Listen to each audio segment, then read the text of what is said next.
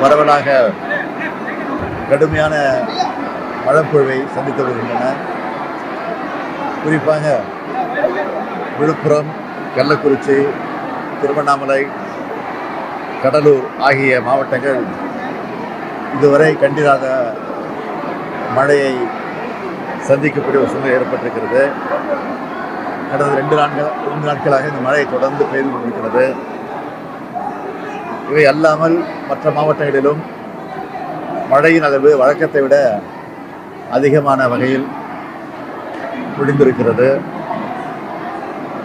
இந்த புயல் தொடங்குவதற்கு முன்பே அரசின் சார்பில் முன்னெச்சரிக்கை நடவடிக்கை எடுப்பதற்காக பல்வேறு ஆய்வுக் கூட்டங்களை தொடர்ந்து நடத்தி உரிய நடவடிக்கையை முன்கூட்டியே மேற்கொண்டது என்பது உங்களுக்கெல்லாம் நன்றாக தெரியும்.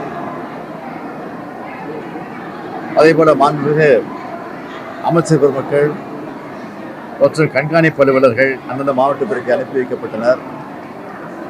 மேலும் தொடர்புடைய ஆட்சித்தலைவர்களோடு நாங்கள் தொடர்பு கொண்டு இந்த விவரங்கள் எல்லாம் தெரிவித்துக் கொண்டிருந்தோம். அதேபோல் காணொலி மூலமாகவும் அவர்கள் தொடர்பு கொண்டு ஆய்வுக் கூட்டங்களை தொடர்ந்து நடத்தி அறிவுரைகள், ஆலோசனைகள் வழங்கப்பட்டிருக்கிறது. அது மட்டுமல்லாமல் பாதிக்கப்பட்ட மாவட்டங்களில் பாதுகாப்பு மற்றும் மீட்பு பணிகளை மேற்கொள்வதற்காக மீட்பு பணிக்குழுவினர் அனுப்பி வைக்கப்பட்டிருக்கிறார்கள்.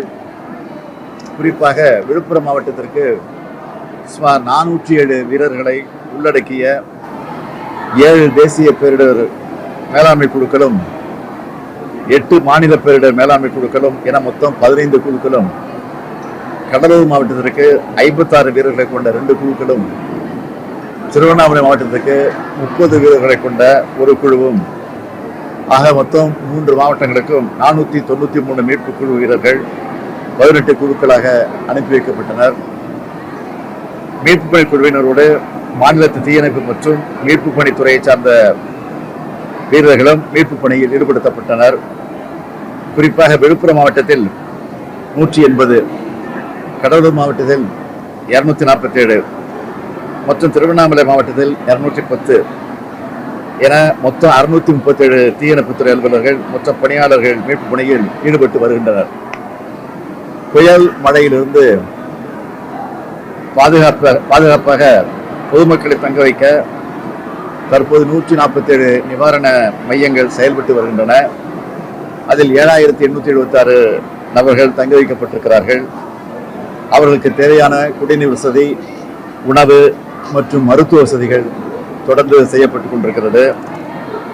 விழுப்புரம் மாவட்டம் பெரும் பாதிப்படைந்து மின்சாரம் இன்றி பல பகுதிகள், பல கிராமங்கள், பல பேரூராட்சிகள் எல்லாம் கூட பல சிக்கலை சந்திக்க வேண்டிய சூழ்நிலை ஏற்பட்டிருக்கிறது.